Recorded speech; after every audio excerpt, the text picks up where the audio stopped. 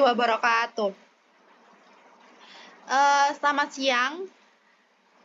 Saya ucapkan terima kasih kepada Ibu Nurdiana selaku dosen pengampu mata kuliah Etika Bisnis karena sudah memberikan kesempatan kami untuk memaparkan hasil dari diskusi kelompok 6, yaitu tentang Corporate Social Responsibility pada studi kasus PT Bank Rakyat Indonesia Persero Tbk. Nah, di sini dengan saya sendiri yaitu Naura Devinka Azaria Putri dengan akhiran NIM 029 dan rekan-rekan saya. Saya Anggia Kusnulandari dengan akhiran NIM 010. Saya Sakira Azra Putri Dermawan dengan akhiran NIM 110. Saya Dina Cahya dengan akhiran NIM 060.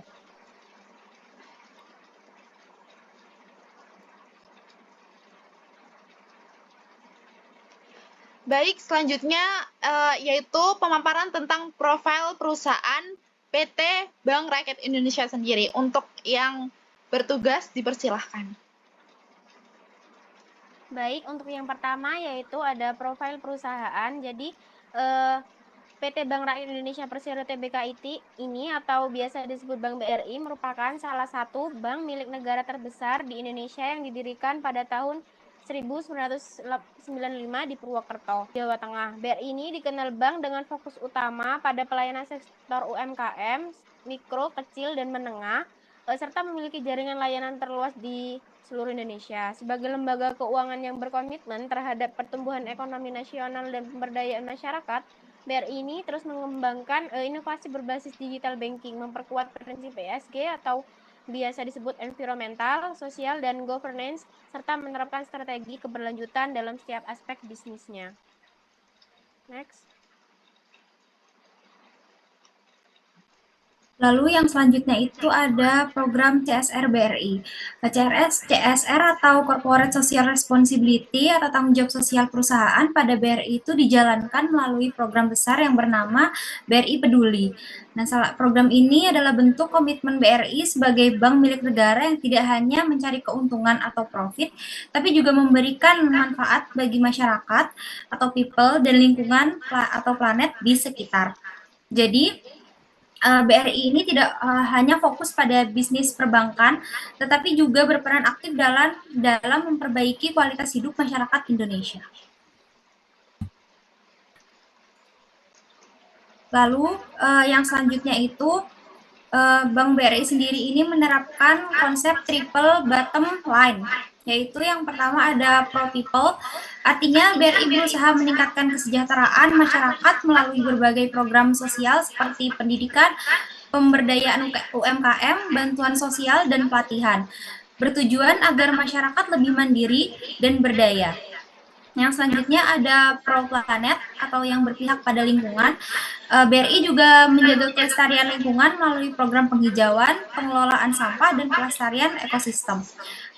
Pada pro planet sendiri ini program yang dijalankan adalah BRI menanam grow and green, misalnya itu menanam ribuan pohon produktif dan melakukan restorasi hutan mangrove serta terumbu karang.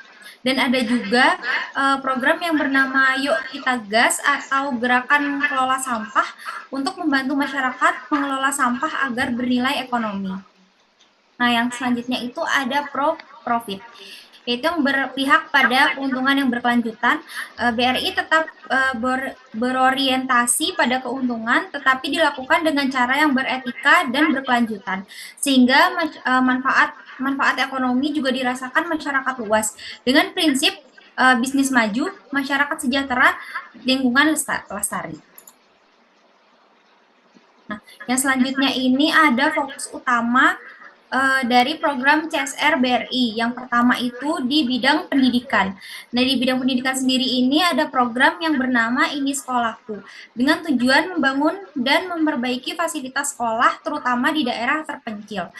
Lalu ada pemberian beasiswa bagi pelajar dan mahasiswa berprestasi dari keluarga yang kurang mampu, dan yang selanjutnya itu ada pelatihan digital dan literasi keuangan agar generasi muda melek pada teknologi dan siap bersaing.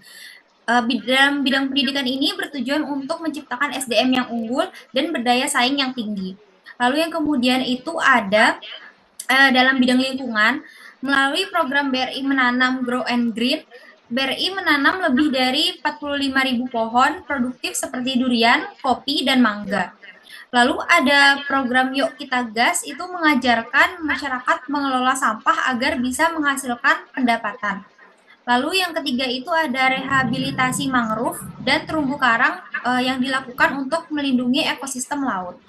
Dalam bidang lingkungan ini bertujuan untuk menjaga keseimbangan ekosistem dan membantu masyarakat sekitar untuk melakukan agar lingkungan hijau. Lalu yang selanjutnya itu adalah pengembangan UMKM. Jadi program yang pertama itu ada program Aura atau Aspire to Uplift, Revive, and Achieve, yaitu adalah memberdayakan kelompok usaha perempuan di berbagai daerah. Lalu yang selanjutnya itu ada program PUMK atau pendanaan usaha mikro dan kecil, yaitu dengan memberikan modal usaha agar pelaku UMKM bisa mandiri dan naik kelas serta mampu bersaing. Lalu yang selanjutnya itu ada sertifikasi halal dan pembinaan klaster usaha unggul agar UMKM memiliki daya saing nasional dan global. Nah, pada pengembangan UMKM ini bertujuan untuk memperkuat ekonomi kerakyatan dengan memandirikan pelaku usaha kecil. Lalu yang selanjutnya itu apa sih tujuan dan dampak dari CSR BRI ini? CSR BRI ini tidak dilakukan hanya sekedar untuk melakukan kewajiban perusahaan, tetapi juga punya tujuan strategis, yaitu satu untuk mendukung pembangunan berkelanjutan atau SDGs. Nah, yang selanjutnya ada meningkatkan kesejahteraan masyarakat dan kualitas lingkungan. Yang ketiga itu ada mewujudkan hubungan harmonis antara perusahaan dan masyarakat. Dan yang terakhir ada memperkuat citra dan reputasi positif BRI sebagai bank rakyat yang peduli. Jadi dengan kata lain, CSR BRI ini adalah investasi sosial jangka panjang agar bisnis tetap tumbuh bersama dalam masyarakat dan alam, jadi seimbang.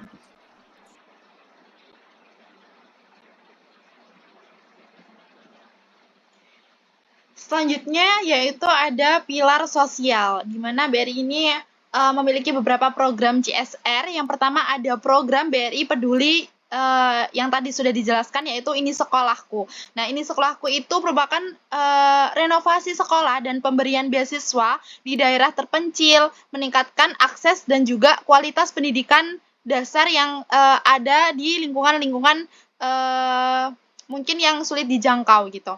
Nah, selanjutnya ada program Aura. Nah, bentuk bantuannya itu adalah alat produksi dan juga pelatihan bagi komunitas lokal khususnya perempuan dan untuk memperkuat ekonomi keluarga. Nah, selanjutnya ada program Fellowship Journalism, yaitu beasiswa S2 bagi jurnalis aktif untuk meningkatkan kapasitas media dalam menyampaikan informasi keuangan yang kredibel.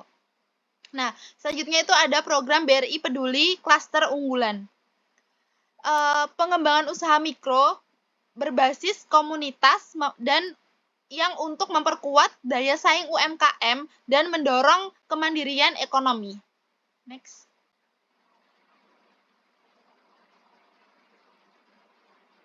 Nah, apa saja sih? Yang pertama itu ada program BRI Peduli Ini Sekolahku. Program Sekolahku ini merupakan bagian dari komitmen sosial BRI dalam meningkatkan kualitas pendidikan dasar di Indonesia. Nah, program ini tuh sudah dilaksanakan sejak tahun 2021 hingga saat ini. Nah, program ini mencapai puncak pada Hari Pendidikan Nasional, di mana pada tanggal 2 Mei 2025. BRI ini menyasar 46 sekolah di berbagai wilayah, termasuk daerah terpencil dan juga daerah perbatasan, dengan fokus pada perbaikan fasilitas belajar mereka. Bentuk bantuannya juga kayak renovasi hingga lebih dari 400 unit bangunan sekolah. Terus habis itu program ini tuh melibatkan BRI pemerintah daerah, guru, dan juga siswa. Dampaknya sangat nyata, yaitu akses pendidikan menjadi lebih merata, lingkungan belajar lebih layak, dan juga semangat belajar anak-anak itu semakin meningkat. Selanjutnya ada program Aura. Program Aura ini dilaksanakan secara bertahap sejak tahun 2021 hingga tahun 2024 oleh BRI melalui 18 kantor wilayah di seluruh Indonesia.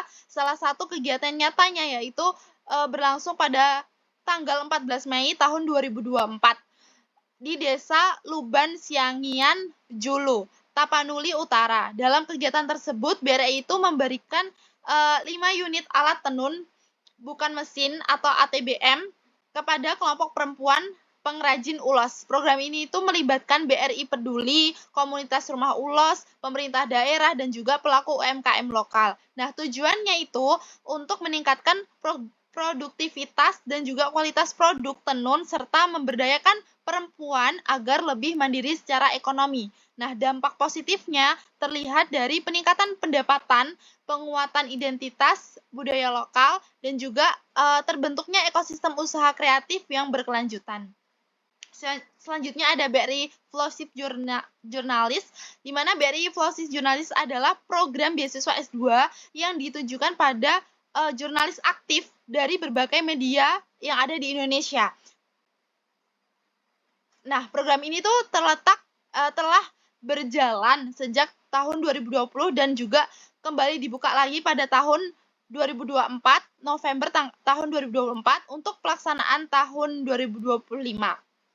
Nah, seleksi ini dilakukan secara nasional baik daring maupun luring dan melibatkan BRI Peduli serta Dewan Pers. Program ini bertujuan untuk meningkatkan kapasitas jurnalis dalam memahami sektor jasa keuangan dan juga menyampaikan informasi yang kredibel kepada publik. Nah, dampak positif dari hal ini adalah meningkatkan kualitas jurnalis nasional, penguatan literasi keuangan masyarakat, dan juga terbentuk media yang lebih profesional, kritis, dan juga berintegritas. Nah, yang terakhir yaitu ada program BRI Peduli Klaster Unggulan. Program Klaster Unggulan ini merupakan strategi BRI dalam mendorong kemandirian ekonomi masyarakat melalui pengembangan usaha mikro berbasis komunitas. Hingga Juli tahun 2025, BRI telah membina lebih dari 41.217 klaster usaha di seluruh Indonesia. Salah satu contohnya yaitu contoh suksesnya adalah klaster tanaman hias Sekar Mulyo yang mampu meningkatkan nilai tambah produk lokal dan memperluas akses pasar.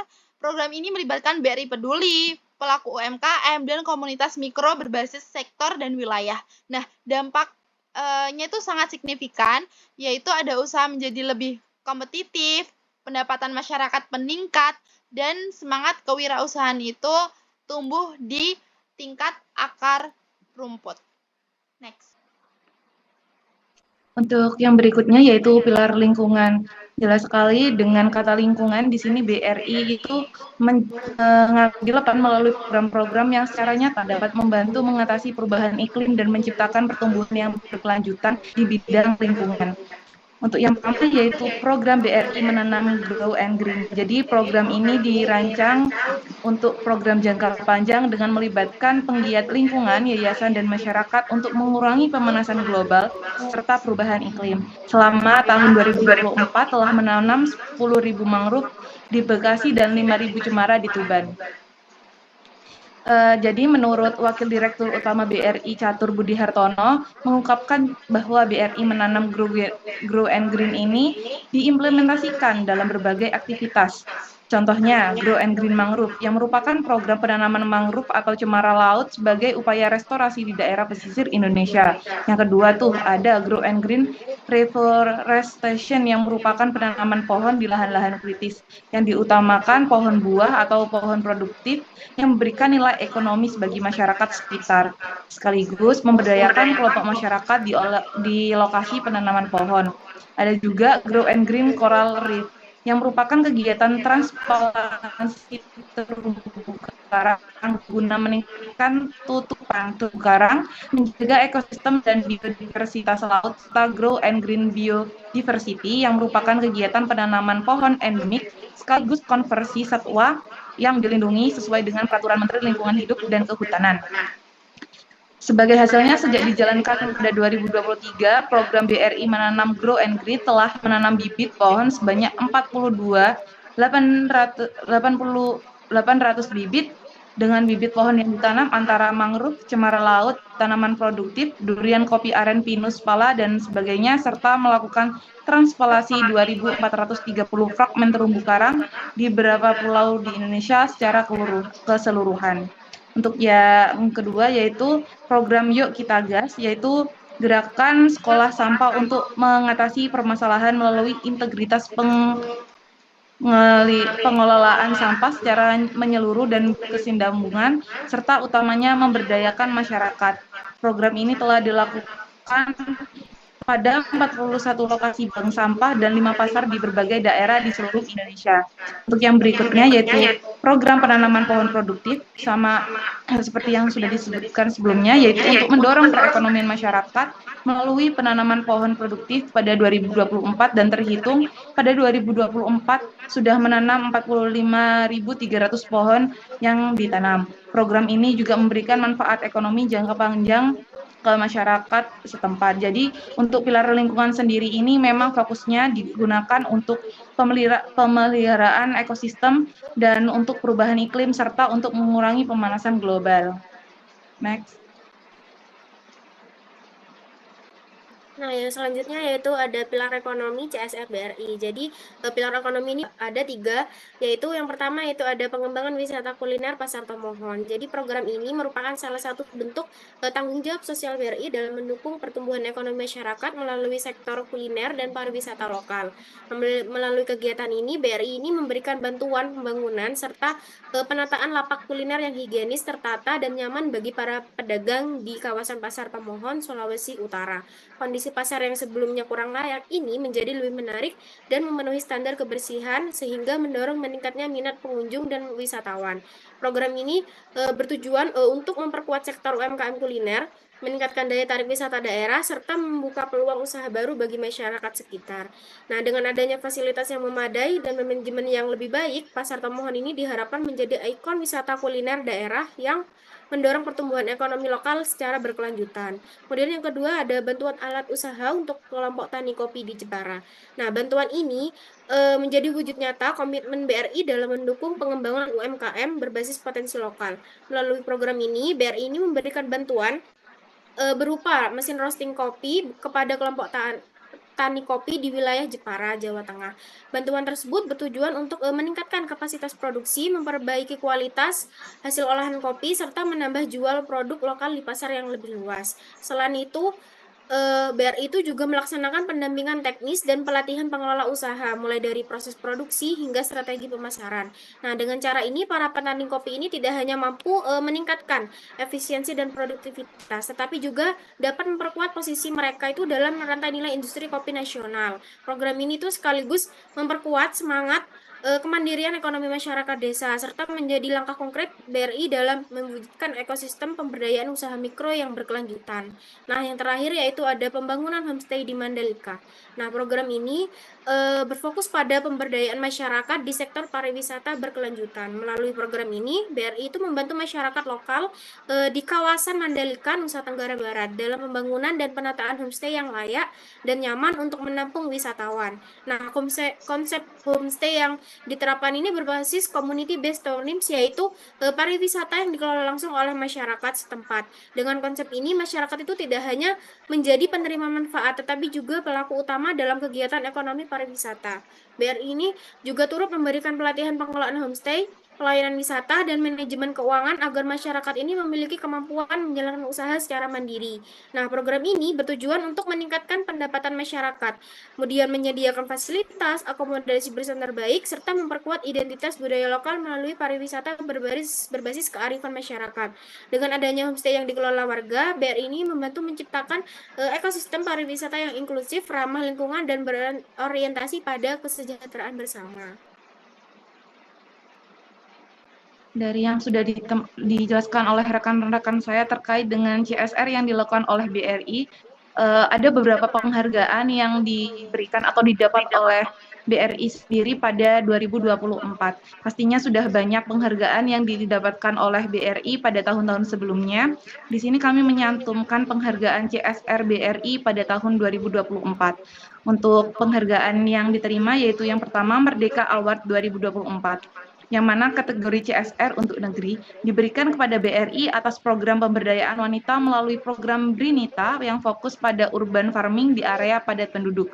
Yang kedua, Best CSR 2024 diberikan kepada BRI Life oleh Warta Ekonomi dan komitmennya terhadap kesejahteraan sosial, pendidikan, dan lingkungan sesuai dengan SDG.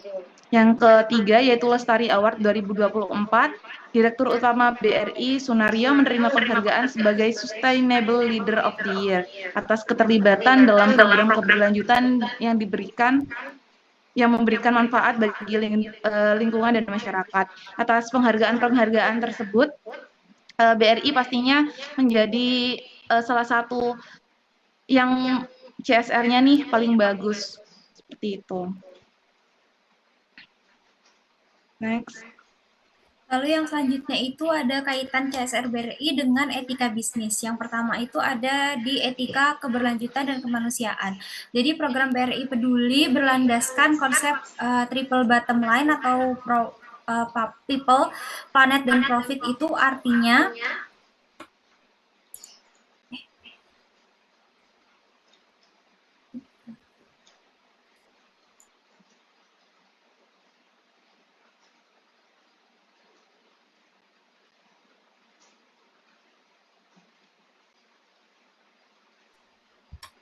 artinya BRI itu tidak hanya mengejar keuntungan atau profit, tetapi juga memperhatikan manusia dan lingkungan. Ini mencerminkan nilai etika bisnis berupa kepedulian, tanggung jawab sosial, dan keseimbangan antara bisnis dan kemanusiaan. Contohnya itu dari program yang sudah disebutkan itu, yang salah satunya adalah Ini Sekolahku, yang membantu pemerataan akses pendidikan di daerah terpencil. Ini merupakan bentuk kepedulian moral BRI terhadap hak masyarakat untuk memperoleh pendidikan yang layak. Lalu yang kemudian itu ada etika keadilan dan pemberdayaan. BRI menunjukkan etika bisnis dengan memberdayakan pelaku usaha kecil dan perempuan agar tidak tertinggal dari pelaku usaha besar. Contohnya itu seperti program Aura yang sudah dijelaskan dan program Klaster Unggulan dan PUMK. Hal ini mencerminkan etika keadilan sosial dan pemberdayaan ekonomi inklusif, di mana BRI membantu masyarakat kecil agar bisa mandiri dan berdaya saing. Lalu yang selanjutnya itu ada etika kepedulian lingkungan. Etika bisnis juga menuntut perusahaan bertanggung jawab terhadap dampak lingkungannya. Melalui pilar lingkungan CSR, BRI menunjukkan tanggung jawab ini dengan berbagai kegiatan nyata. Yang salah satunya itu yang program BRI menanam Grow and Green, Yuk Kita Gas, dan rehabilitasi mangrove dan terumbu karang. Ini mencerminkan etika ekologis, yaitu kesadaran bahwa kegiatan bisnis harus menjaga keberlanjutan bumi dan generasi yang akan mendatang. Lalu yang selanjutnya itu ada etika, transparansi, dan reputasi. BRI melaksanakan CSR dengan prinsip transparansi, kolaborasi, dan berkelanjutan, serta melaporkannya dalam annual report resmi dan penghargaan publik. Misalnya BRI itu meraih yang tadi sudah disebutkan Merdeka Award tahun 2024, kategori CSR untuk negeri, Best CSR 2024, dan Lestari Award 2024. Hal ini menunjukkan integritas dan tanggung jawab moral, kedua nilai inti dalam etika bisnis. Baik, yang terakhir yaitu ada kesimpulan dari materi kami, yaitu program CSR BRI. BRI Peduli itu merupakan wujud nyata tanggung jawab sosial perusahaan yang berlandaskan konsep triple bottom line, yaitu people, planet, profit. Melalui berbagai kegiatan di bidang pendidikan, lingkungan, dan pengembangan usaha mikro kecil, BRI ini berupaya menciptakan kesejahteraan masyarakat, menjaga kelestarian alam, serta membangun ekonomi yang inklusif dan berkelanjutan. Pelaksanaan CSR ini mencerminkan penerapan etika bisnis karena dilakukan dengan prinsip tanggung jawab, keadilan, kepedulian, dan transparansi. BRI ini tidak hanya mencari keuntungan, tetapi juga menjunjung nilai moral dalam setiap aktivitas bisnisnya dan memastikan bahwa pertumbuhan ekonomi berjalan sejalan dengan kesejahteraan sosial dan kelestarian lingkungan. Dengan kata lain, CSR BRI ini adalah bentuk nyata bisnis beretika di mana keberhasilan perusahaan itu diukur bukan hanya dari laba, tetapi dari seberapa besar manfaat yang diberikan bagi manusia dan bumi.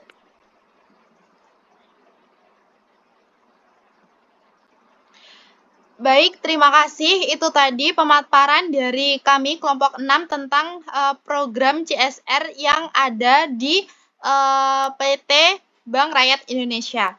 Nah, sekian dari kelompok 6. Mungkin ada salah kata dan juga beberapa kalimat yang mungkin belibet. Kami mohon maaf. Terima kasih. Wassalamualaikum warahmatullahi wabarakatuh.